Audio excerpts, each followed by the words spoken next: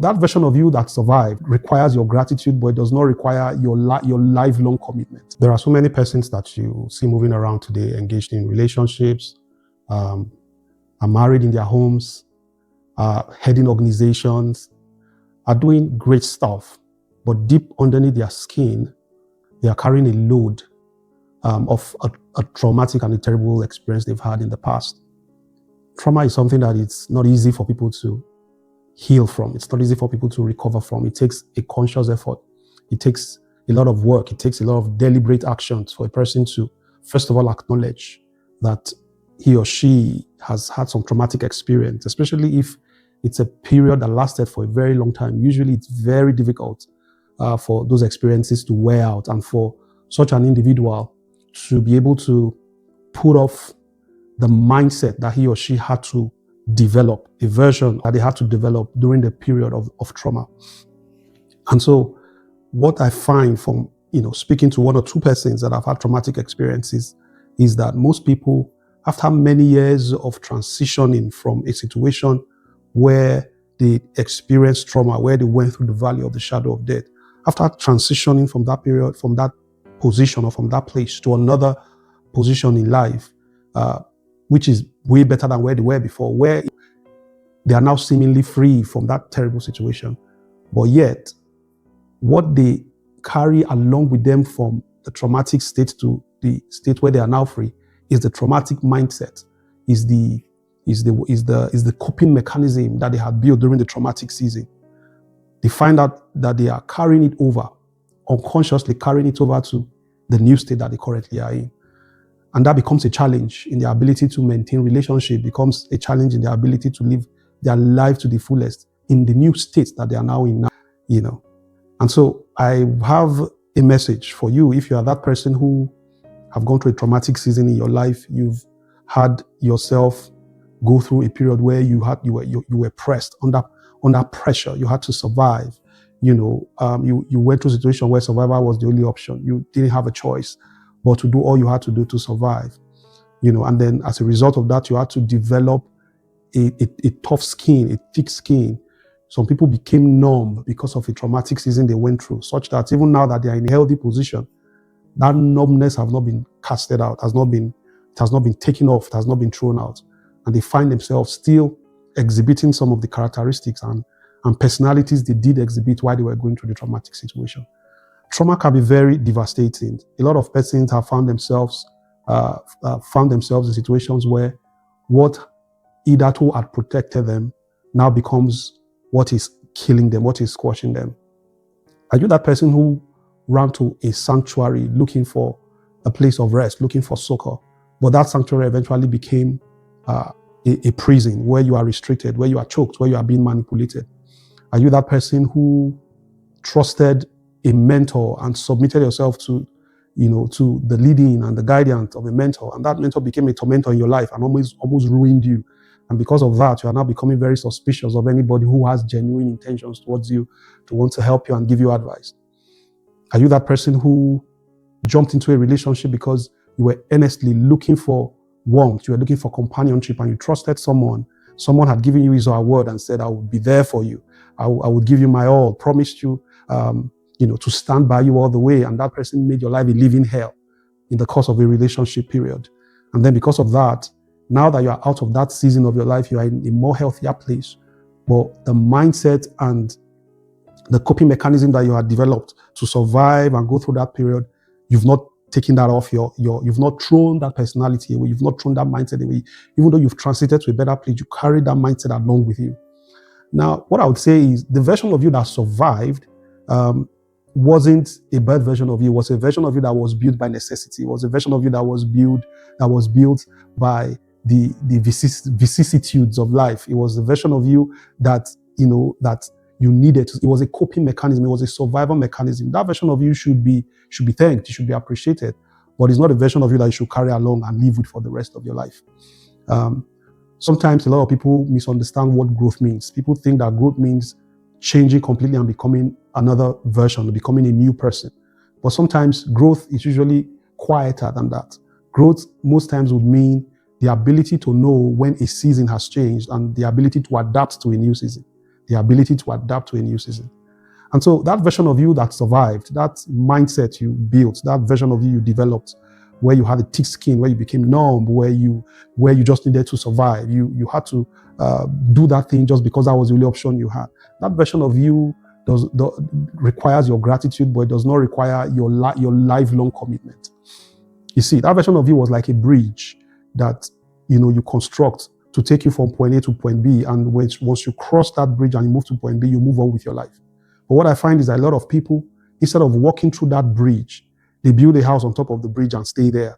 And so even when their position have changed, they find themselves not able to live their life to the fullest, because that version of you that survived would have the tendency to restrict you, would not allow you to see the world the way you should see it, would not allow you flourish, would not allow you enjoy life to its fullest, would not allow you smell the roses, would not allow you put your guard down and relax a bit. You're now in a new relationship. You are now in a better place. Fortune have smiled at you. Life has turned around for you for the better. But yet you're still carrying that version of you that survived, the wound, the scars. Even though it's been healed, you're still carrying it along, and that's holding you down. That's stopping you from flourishing.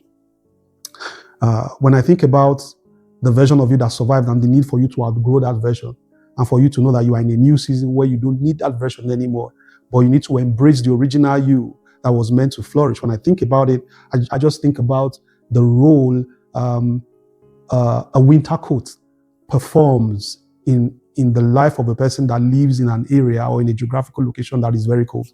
For example, for some of us in North America, where we experience serious winter, you would appreciate this analogy.